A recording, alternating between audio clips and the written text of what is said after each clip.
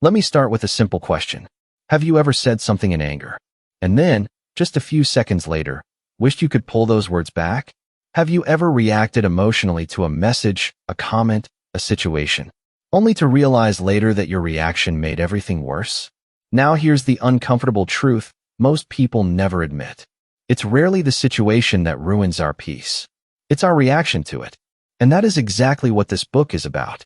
The Power of Not Reacting by Cashin Grayland is not about becoming cold, silent, or emotionless. It's not about suppressing feelings or pretending you don't care. It's about something far more powerful. It's about learning how pause can give you control, how silence can become strength, and how the ability to not react impulsively can completely change your relationships, your confidence, and even your future. Because here's what no one tells you. The world is designed to provoke you. Social media thrives on reactions. Arguments escalate because of reactions. Regret exists because of reactions. And most people live their entire lives reacting. To criticism, to disrespect, to fear, to pressure, without ever realizing that reacting is a choice. But what happens when you stop? That's the real question this book answers. Imagine this for a moment. Someone insults you, and you don't snap back. Someone tries to manipulate you, and you don't explain yourself. A situation triggers your anxiety, and instead of panicking, you pause. Suddenly, you're no longer predictable. You're no longer controlled. You're no longer drained. This is why this book matters. Because in a noisy, reactive world, the person who stays calm holds the power. Now, Cashin Grayland opens this book with a bold idea, one that feels uncomfortable at first. He says that reacting is often a form of weakness, not because emotions are bad, but because unexamined reactions are unconscious. And anything unconscious controls you. Think about it. If someone can provoke you easily, they control your mood. If a comment can ruin your day, it owns your emotions. If pressure forces you to act, you are not free. This book is about taking that freedom back.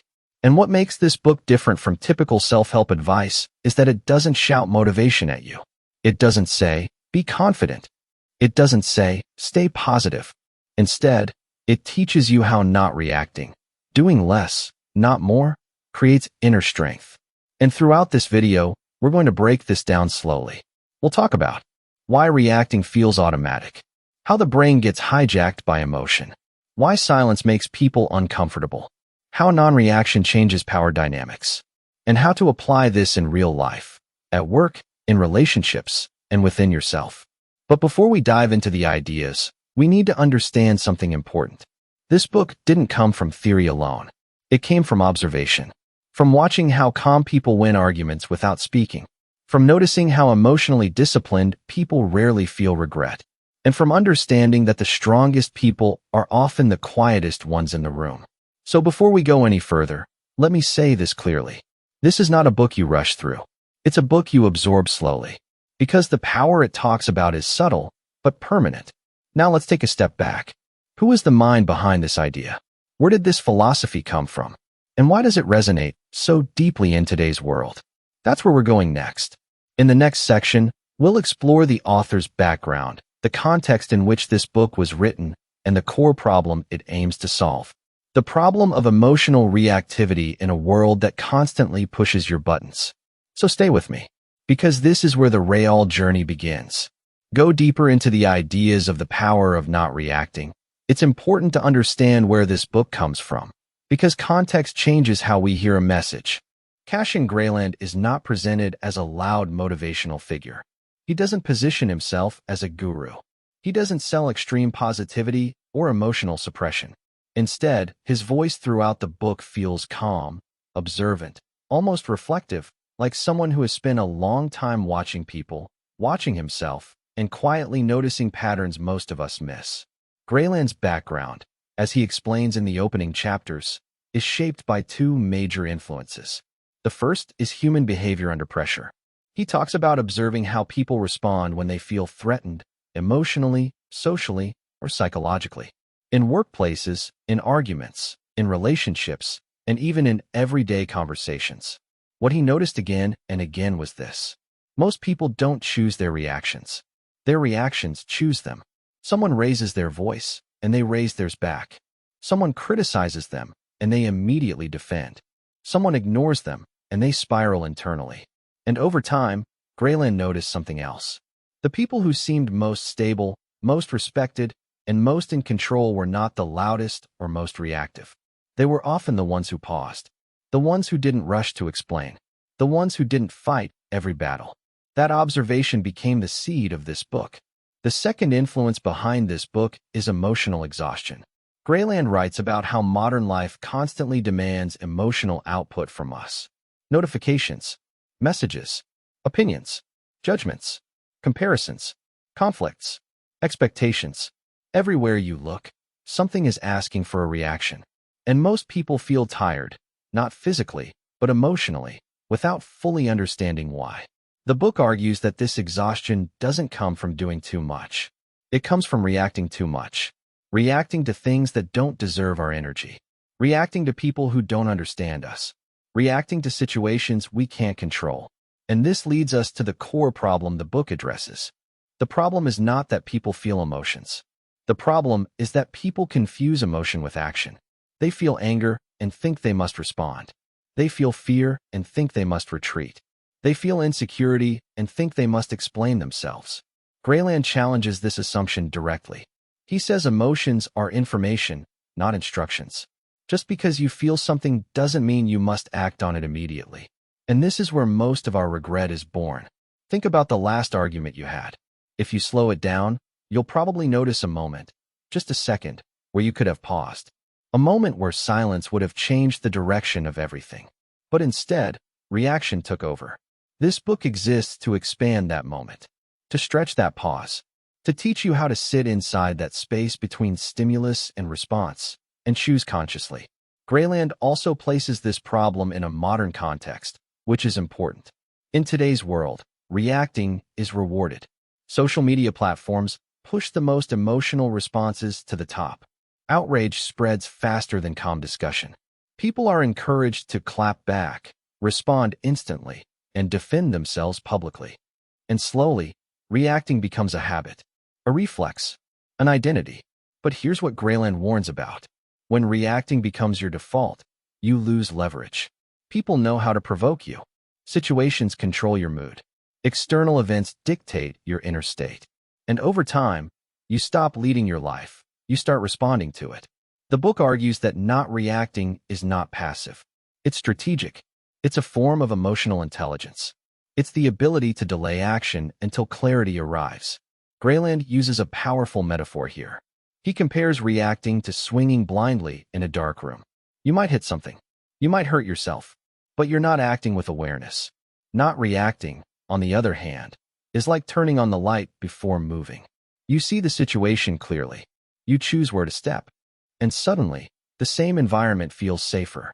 Now, this idea sounds simple, but it's deeply uncomfortable. Because many of us tie our self-worth to our reactions. We think, if I don't respond, I'm weak. If I don't defend myself, I'm losing. If I stay silent, people will think I agree. Grayland dismantles these beliefs carefully. He explains that strength doesn't come from immediate response. It comes from measured response.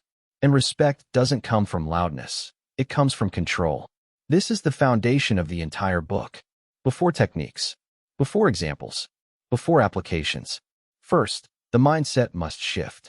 You are not your reaction. You are the one who chooses whether to react. And once that idea lands, the rest of the book starts to make sense. Because from this point forward, Grayland begins to break down how reactions are formed, why they feel automatic, and how awareness can interrupt them. That's what we're entering next. In the next section, we move into the heart of the book. A deep, chapter-by-chapter exploration of emotional triggers, ego, silence, power dynamics, and self-control. This is where the real transformation begins. So take a breath, and let's go deeper.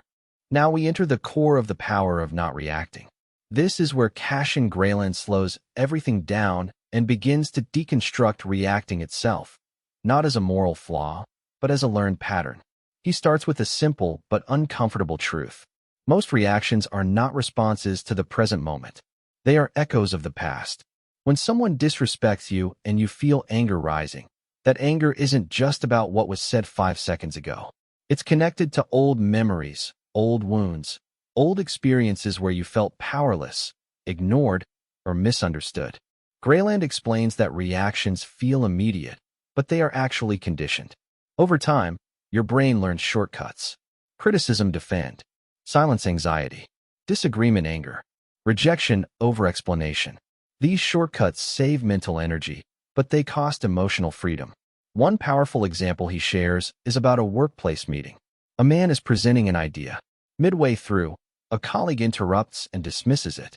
The man immediately feels heat in his chest. His voice rises. He begins to argue aggressively, not because the idea matters that much, but because his ego feels threatened. Later, when the emotion fades, he realizes something painful. The argument didn't strengthen his position. It weakened it. Grayland pauses here and asks the reader to notice something important. The strongest move in that moment would have been silence. Not silence forever. Silence long enough to regain clarity. Because silence would have shifted the power dynamic. This brings us to one of the book's central themes, ego.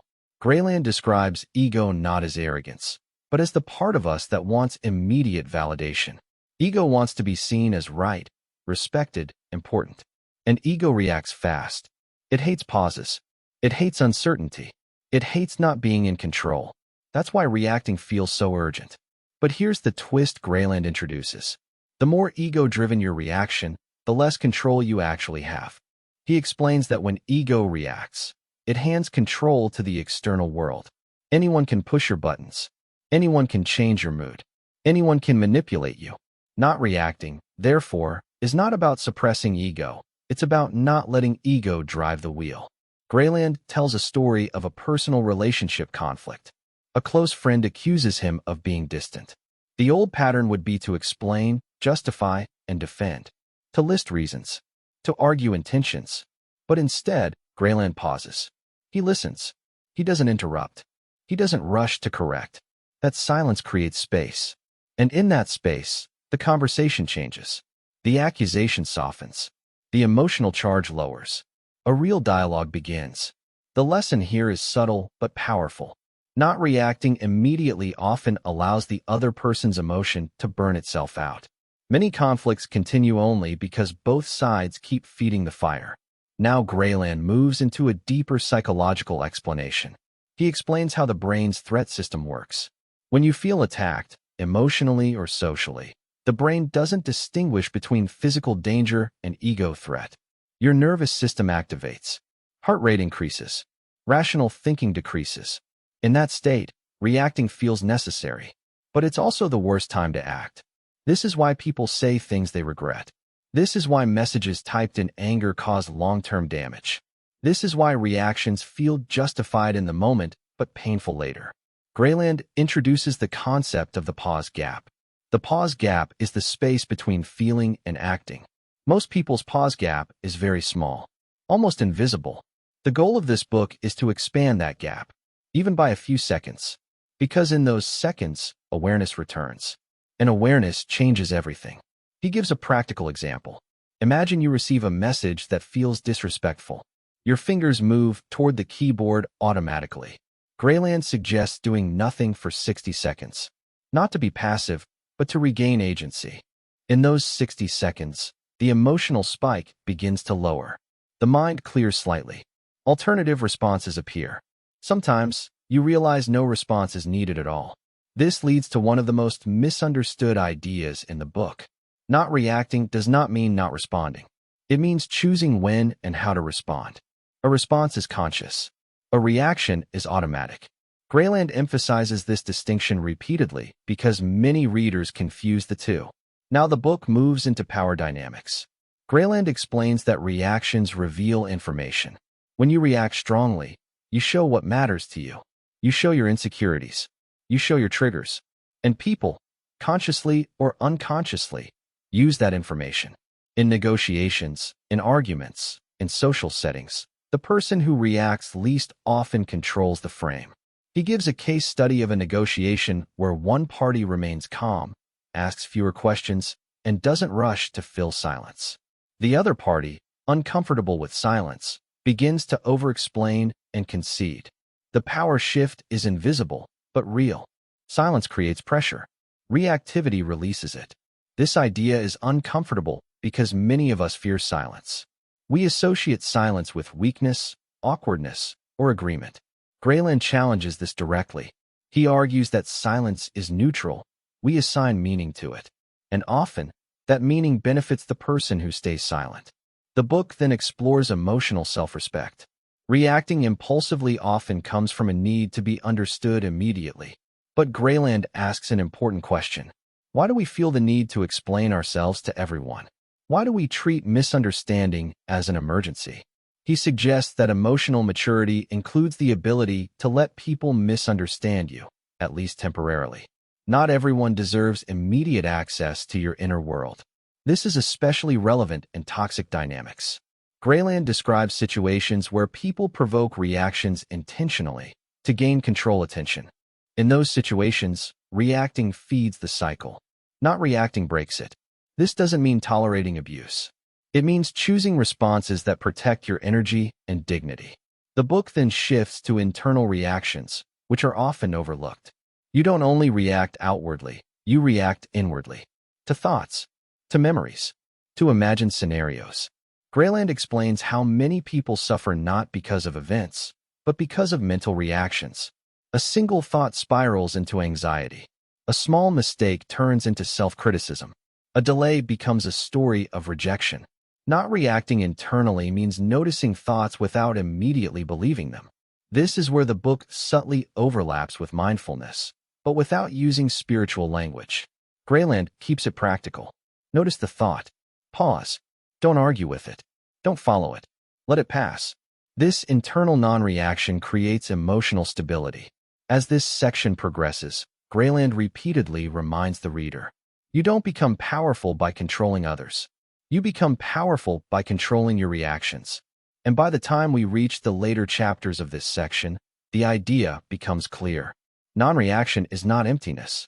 It's presence. It's being fully aware without being hijacked. It's choosing peace over proving a point. And slowly, as reactions decrease, something unexpected happens. Clarity increases. Confidence stabilizes. Respect grows, both from others and from yourself. This brings us to the next stage of the book. Once you understand not reacting, the next question is, how do you apply this without becoming passive, detached, or emotionally distant? That's exactly what Grayland addresses next, by exposing common mistakes, deeper insights, and practical applications. At this stage in The Power of Not Reacting, Cassian Grayland assumes something important.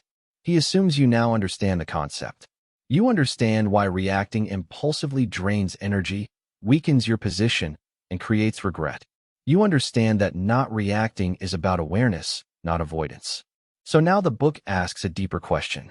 Why do people misunderstand this idea so badly? Grayland explains that one of the most common mistakes readers make is turning non-reaction into emotional suppression. They stay silent, but inside, they're boiling. They don't respond, but they replay the situation for days. They don't react outwardly, but they punish themselves internally. This, Grayland makes clear, is not power. That's avoidance. True non-reaction happens with awareness, not repression. If you're not reacting, but still suffering internally, the reaction has simply moved inside. The goal is not to feel nothing. The goal is to feel without being controlled. Grayland introduces an advanced insight here. Emotions lose power when they are fully felt and not acted upon. Most emotions peak and fall naturally if we don't interfere. Reacting interferes. Suppressing interferes.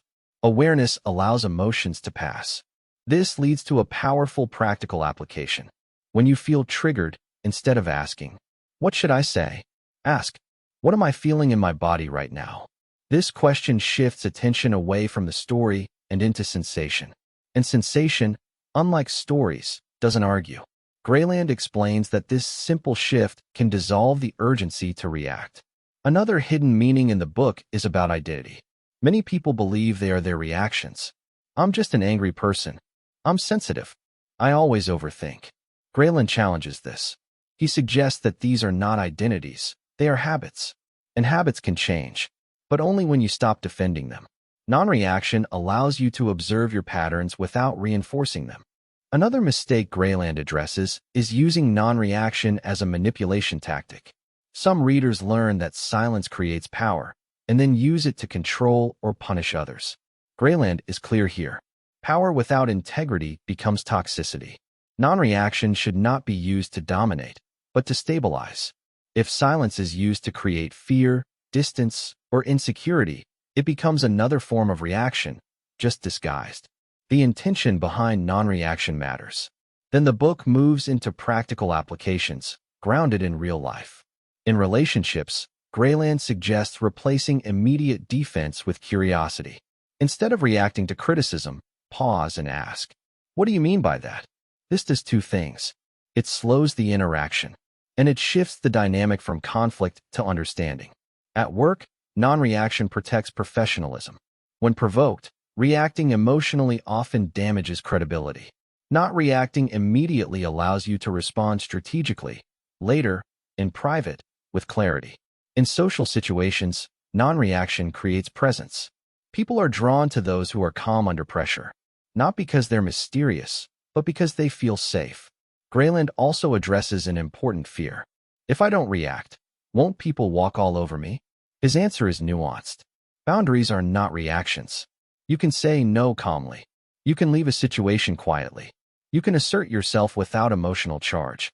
Non-reaction doesn't mean tolerating disrespect. It means responding without losing yourself. Another advanced insight involves timing. Grayland explains that delayed responses often carry more weight. A calm message sent later is more effective than an emotional message sent immediately. Silence gives you leverage, not because it's a tactic, but because clarity improves with time. The book also explores how non-reaction affects self-trust. Every time you pause instead of react, you reinforce the belief, "I can handle discomfort without falling apart." This builds inner confidence. Not loud confidence, but grounded confidence. By the end of this section, Grayland makes one thing clear. Non-reaction is not a personality trait. It's a skill.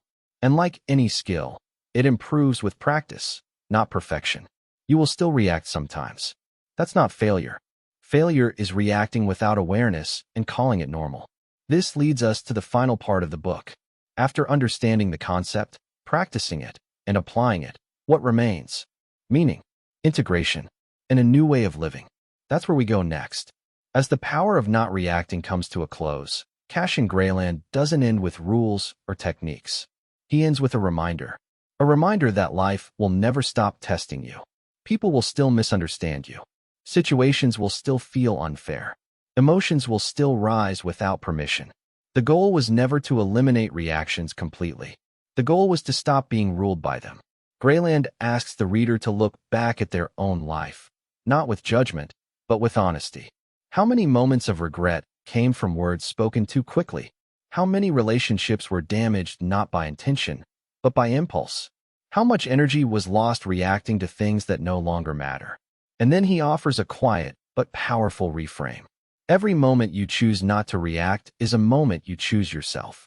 Not your ego, not your fear, not your past, your awareness. He emphasizes that non-reaction is not dramatic. No one applauds you for staying calm. No one notices the argument you didn't start. No one sees the message you didn't send. But your nervous system notices. Your mind notices. Your future notices.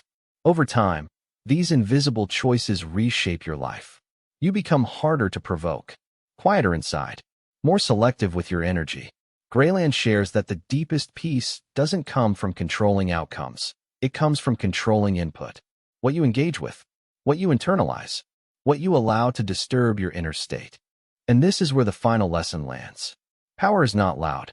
Power is the ability to sit with discomfort without needing to escape it, to hear criticism without collapsing, to feel emotion without obeying it. Not reacting doesn't make you weak. It makes you free. Free from constant explanation. Free from emotional exhaustion. Free from being predictable.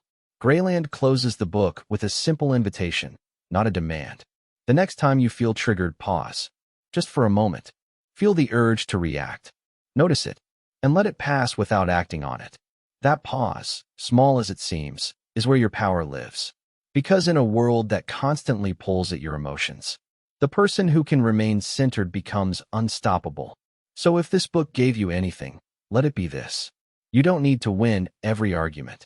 You don't need to respond to every provocation. You don't need to prove yourself to everyone. Sometimes, the strongest move is no move at all. And if you found value in these ideas, carry them forward. Not perfectly, but consciously. Practice the pause. Protect your energy. And remember, your reactions don't define you. Your awareness does.